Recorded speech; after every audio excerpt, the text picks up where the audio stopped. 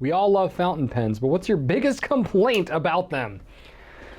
Well, I almost didn't even take this question because I don't like to be one to complain, but I found a good way to put a positive spin on it, so I took the question anyway. No, really, there's a lot of complaints that I hear about fountain pens, especially from people who are casual users or they don't really want to get into it. And I understand, like, the reason why most people don't use fountain pens is because they're a little less convenient than most other pens. So yeah, you could argue all kinds of different things. You know, you get ink on your fingers, you have to refill them, you got to clean them and maintain them, blah, blah, blah. They're more expensive. There's a lot of different things you could say about them. None of that stuff really bothers me, honestly. I get ink on my fingers, I don't really sweat it.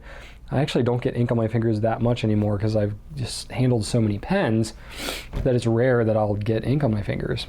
So sometimes I'll intentionally put ink on my fingers just as I'm doing it, just so I feel a little more at home. But I don't know how messed up that is. But for me personally, the biggest complaint that I have about it is, excuse me, it's really kind of a paradox.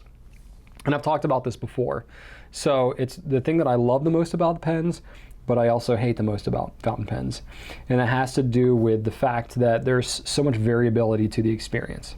So let me explain. When you're using a fountain pen, there's nib size, there's different springiness of the nib, there's how smooth or how rough it is on the page, there's the ink flow, there's the weight of the pen, there's the specific color and flow and permanence, and then there's the paper and the smoothness and all this kind of stuff. So there's a million different factors. Maybe not factors, there's a million different combinations that come out of all these different factors, specifically from the pen, ink, and paper trifecta, that can be really frustrating when you're first starting out, especially if you have like some specific goal in mind to achieve, or you haven't yet discovered what it is that you're ultimately kind of wanting in your writing experience. That can be really frustrating, and I completely understand that.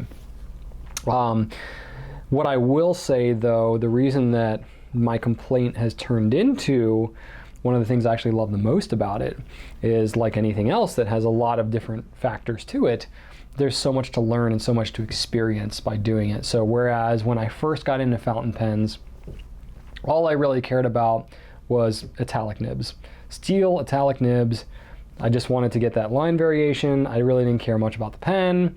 I loved the ink. I loved a lot of different ink choices and stuff like that. And I just wanted one type of smooth, plain paper, and that was about it.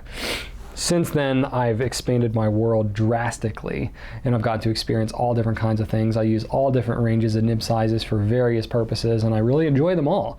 So I feel like my experience is much richer now, having been in the hobby for years and years. And honestly, for the amount of time that I've spent in the fountain pen hobby, I have probably in the last 7 years spent the equivalent or greater of most people's lifetime with fountain pens, because I've spent my full-time job doing it. So I can say with a fairly decent confidence that you can get an entire lifetime's worth of a very rich experience in fountain pens, because there are so many variations to the whole experience. So while that can be a little bit frustrating at times, it also can be one of the things that is the most rewarding in the end.